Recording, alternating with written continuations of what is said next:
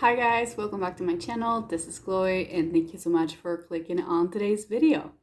So I don't know what's going on in Florida lately, but it's not hot at all. Like the last 3 or 4 days has been really chill and windy and perfect. And honestly, I just love Florida weather. I know a lot of people hate it because they say it's super humid, and it is super humid, but I'm really used to humidity because I'm from Buenos Aires, and if you know a thing or two about Buenos Aires, it's really fucking humid. But enough about the weather. First off, I just want to say thank you so much for the overwhelming support in some of my previous videos. I'm looking at the views and the comments on my Why Fight Acceptance Sucks video. It's over 2,000 views, which is incredible. Like, I know for most people who have bigger channels, that's like nothing, but for me, that's everything. And the fact that you guys are commenting your thoughts and to me, it just means a lot. And even if you agree, disagree with what I'm saying, it doesn't matter. You are initiating the conversation, and I just feel so happy that that's happening because that was the point of the video, was to initiate conversation. So yeah, just wanted to start this video thanking you guys for that. And also my Bella Hadid video also did really well. And I don't know, just makes me really happy, and thank you guys. So for today's video, I'm bringing you something that I really wanted to talk about with you guys for a while. This is a video idea that I've had for a while, and also a topic that really upsets me in a way, because it's not a positive thing to talk about, and it's definitely not something that anyone who has followed this YouTuber for a long time was pleased to find out. It's terrible. And so yeah, I'm going to be discussing something that really upsets me and will probably upset a lot of ex-fans of this person. So just keep that in mind, please. And also, huge trigger warning to pedophilia and different, like grooming and all of those things. Like, if those things trigger you, please click off this video. You don't need to watch this. It is very upsetting, and it's something that, I think a lot of people find upsetting, especially because it has to do with this person who had a very big following. So the person that I will be discussing today is Cryaotic, Cryaotic or Chaotic Monkey. That was his name before. If you had followed him for a while or have been on YouTube for a while, you know that he went by Chaotic Monkey, then changed his name to Cryaotic.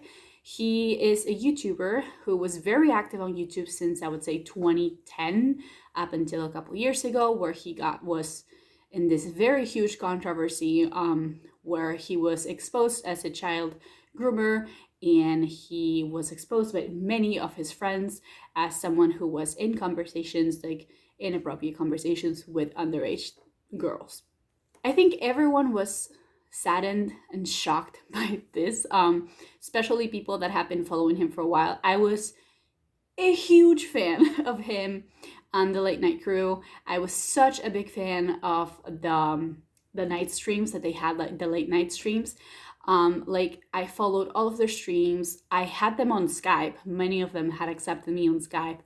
And that was what really felt cool about the crew and about Cry. He didn't feel like this impossible person that you can never reach.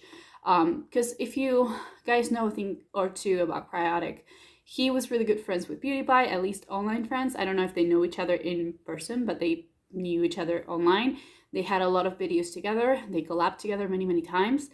And PewDiePie was always a bigger YouTuber. So, PewDiePie is really good to his fans. I do think he has like a connection with them. But he's a really big YouTuber. So it's harder to communicate with your fans if you have like 100 million subscribers, sorry. It's harder. With Cryaotic, the thing was, he did have a bunch of subscribers, but he had the streams I think it was like so late for me because of the time zone difference. I still would go every single night and that they had the stream, and I would go there and chat with them, and sometimes they would let you into the stream and talk to them live. I never had the honor to do that, but it was very exciting for a lot of people that were subscribed to them.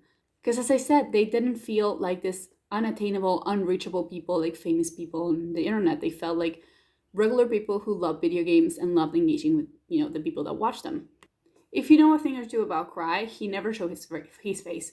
And I think it's really interesting after all of the allegations coming out. And, one of the most shocking things is that his friends basically confirmed that this was all real and that this happened, even though it was probably really hard for them to do so. They all literally exposed him because I think no one really wanted to be associated with him in the first place.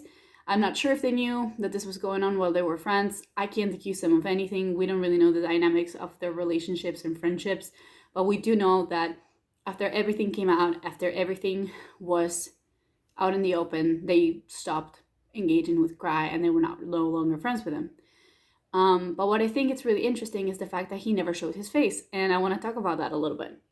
When I was, I think 15 or 16, that was around the time where I was the biggest fan of Cry, and I would go to all of the streams and just follow all of his videos, like every single video I loved, left comments, like everything. And I remember I emailed Cry once, and I wish I had a screenshot, something of this, because it would have been really useful, because it was an old email that I had, because I was 15. Of course, I don't have the same email. And I remember I sent him a long ass email basically saying that I really liked him, like his videos, that he's awesome, that thank you for posting videos, thank you for being such an awesome person, like just, really nice comments that a 15-year-old was emailing this person who I knew he was older. I didn't really know his age, but it was not me trying to engage into anything. I was a kid, I was just trying to be like, hey, you're my idol, I love you, keep it up. And he was incredibly nice. He responded to my email, I think 2 or 3 months after I emailed him. And he was like, thank you so much, I really appreciate your words. Like he was just being awesome and being super, super nice about it. And I think, it's such a letdown when you have such a big idol and you're like, I'm emailing this YouTuber that I love, who is basically like this celebrity in your eyes. You think, they'll never respond you or notice you at all, and they they email you back and you're like, oh my god, this is awesome. And I remember I was so excited about it, wish I had a screenshot or anything, but just want to let you know that I do think this is something that Cry did a lot, like respond to people back, and he did that a lot during the streams. He would address like questions, comments, or anything, and that was really, really fun. And that was what people liked about Cry, the fact that he was so engaging with his audience, and he seemed to care a lot about his audience. The one thing that I remember back in the day didn't sit quite right with me, and this is one of the reasons why I stopped watching him. I stopped watching him way before his controversy came out, like a couple years ago. This was, I think, like 5 or 6 years ago. He had a very active Tumblr, and he would like post different things, his thoughts. He was a very wordy person. He would like go on kind of rants about his life and like not really personal details, but like his feelings about things. And I remember one time he posted a really long Tumblr post where he basically went off about fangirls, and he started kind of like accusing fangirls of ruining his job, and how fangirls are the worst and they interfere with his life and all of these things. And I'm thinking, you're this adult. I believe he was like almost 30 at the time, or maybe mid-20s. You're this adult and you're accusing your teenage fangirls of ruining your career. Like, there's always going to be fangirls. Like, why does that matter?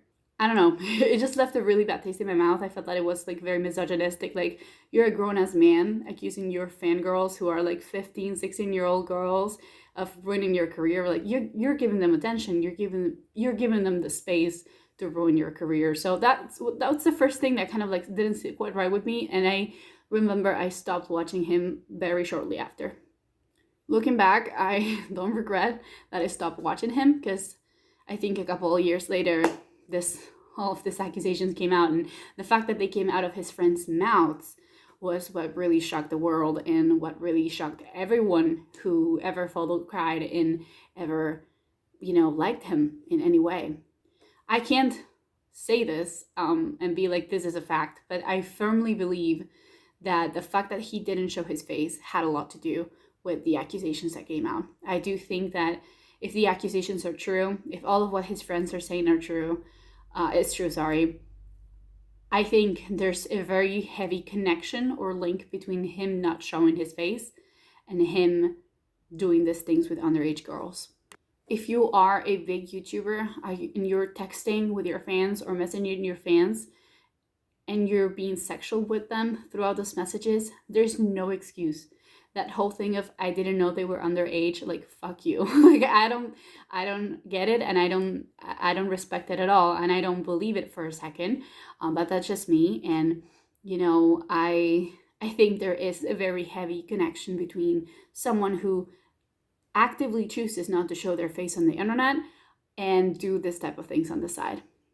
Which absolutely sucks, because that was part of the appeal. That was part of why people loved Cry, because it seemed like he was this guy who just wanted to be a regular guy, who didn't want to be famous. He just wanted to play video games, and to people appreciate his personality. And it seemed like such a mature thing to do. Like, oh, I don't care about the fame, I don't care about the money, I don't care about people recognizing me, I just care about the games and my friends. And now there's like this whole other association that we can have to it, which is, I don't want people to see my face because I'm doing shady shit with minors. So yeah, it was one of the biggest disappointments in my life, I would say.